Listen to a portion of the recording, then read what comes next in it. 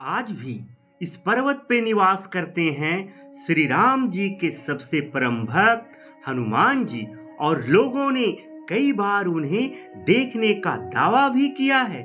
मर्यादा पुरुषोत्तम भगवान श्री राम के परम भक्त वीर बजरंगबली जो स्वयं एक चिरंजीवी हैं और उन्हें चिरंजीवी रहने का वरदान मिला है। और ऐसा माना जाता है कि हनुमान जी सतयुग से लेकर कलयुग तक उपस्थित हैं और यही कारण है कि वह आज भी धरती पर स्थित गंधमादन पर्वत पर निवास करते हैं। अब इस बात में कितनी सच्चाई है, इसको जानने के लिए आप वीडियो को अंत तक जरूर देखिएगा। और अगर अब तक आपने इस चैनल को सब्सक्राइब नहीं किया है और आप नए हैं तो कृपया चैनल को सब्सक्राइब कर लीजिए, वीडियो को लाइक जरूर कीजिएगा। आपके इस कार्य हेतु मैं सदा आपका आभारी रहूंगा। तो आइए जानते हैं। पुराणों की माने तो प्रभु श्री राम जी तथा देवी माता सीता ने पवन पुत्र बजरंगबली को कलयुग में अधर्म का नाश और धर्म की रक्षा करने के लिए अमरता का वरदान दिए थे। यही वजह है कि पृथ्वी लोक पर कुछ लोग खास जगहों को मारुति नंदन को इनका निवास स्थान माना जाता है। उन्हीं में से एक जगह है गंधमादन पर्वत। आपको बता दें, हिमालय के कैलाश पर्वत के उत्तर दिशा में स्थित एक जगह है जो गंधमादन पर्वत के नाम से जाना जाता है। फिलहाल यह क्षेत्र तिब्बत में आता है। यहाँ पहुँचने के 3 रास्ते हैं। पहले नेपाल के रास्ते होते हुए मानसरोवर के आगे जा सकते हैं, दूसरा भूटान के पहाड़ी क्षेत्र है और तीसरा मार्ग अरुणाचल प्रदेश से होता हुआ जाता है।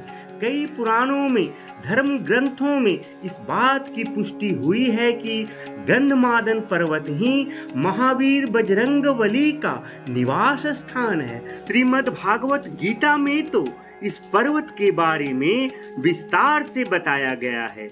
वेद व्यास जी के रचित महाभारत में भी इस पर्वत का उल्लेख मिलता है, जिसमें पांडवों और पवन पुत्र श्री हनुमान जी की भेंट की जानकारी दी गई है।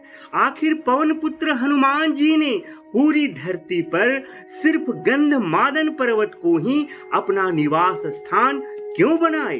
तो इस बात का जवाब हमें श्रीमद् भागवत गीता पुराण में मिलता है। अगर इस ग्रंथ की बात माने तो भगवान श्री राम धरती से बैकुंठ प्रस्थान कर रहे थे, तभी प्रभु श्री राम जी ने हनुमान जी को धरती पर ही रहने का आदेश दिए और अपनी प्रभु की इच्छा अनुसार पवन पुत्र बजरंगबली ने ऐश्वर्य शक्ति से युक्त गंधमादन पर्वत को अपना निवास स्थान चुन लिए।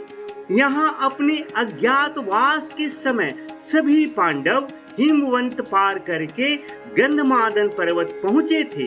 कुंती पुत्र भीम ब्रह्म कमल लेने के लिए पर्वत पे आए थे, जहाँ उन्होंने हनुमान जी को यहाँ लेटे हुए देखा।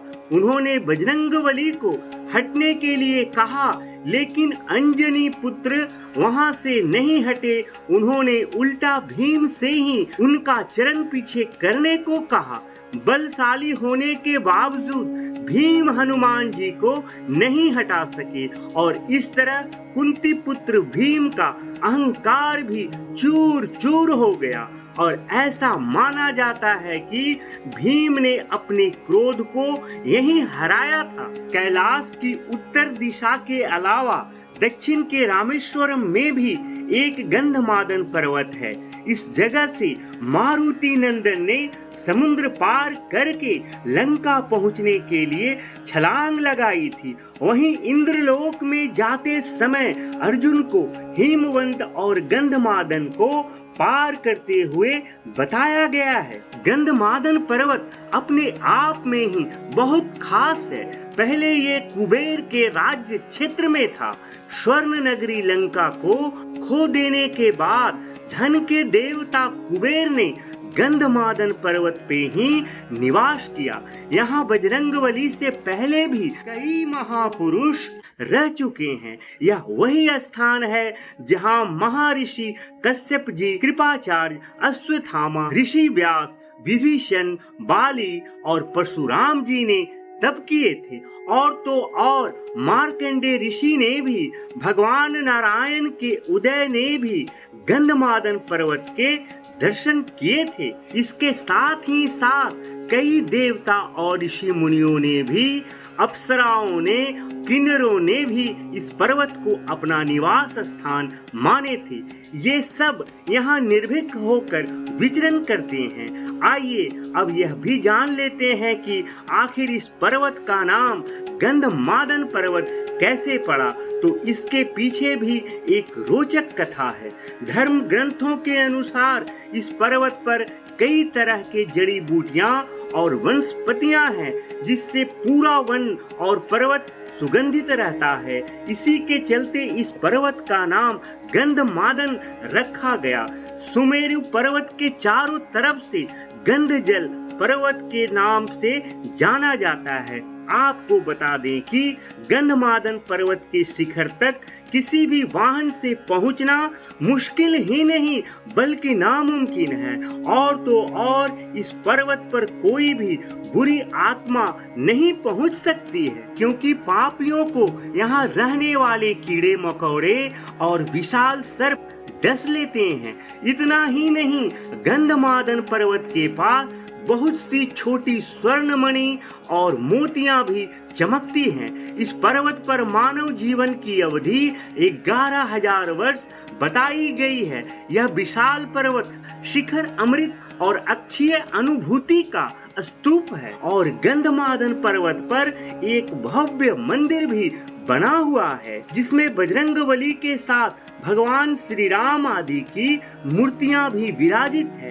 कहते हैं इस पर्वत पर मर्यादा पुरुषोत्तम श्री राम जी अपनी वानर सेना के साथ बैठकर युद्ध की योजनाएं बनाया करते थे, और उसी के अनुसार इस पर्वत पर भगवान श्री राम जी के पैरों के निशान आज भी मौजूद हैं। तो कलयुग में गंधमादन पर्वत, इसके अलावा जगन्नाथपुरी में वह उनकी रक्षा के लिए सदैव मौजूद होते हैं।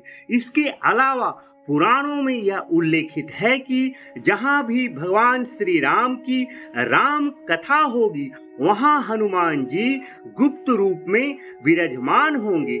इसलिए ऐसा माना जाता है कि राम कथा में श्री हनुमान जी किसी न किसी रूप में उपस्थित होते हैं और पूरी कथा को पूरे भक्ति भाव से सुनते हैं। जय श्री राम।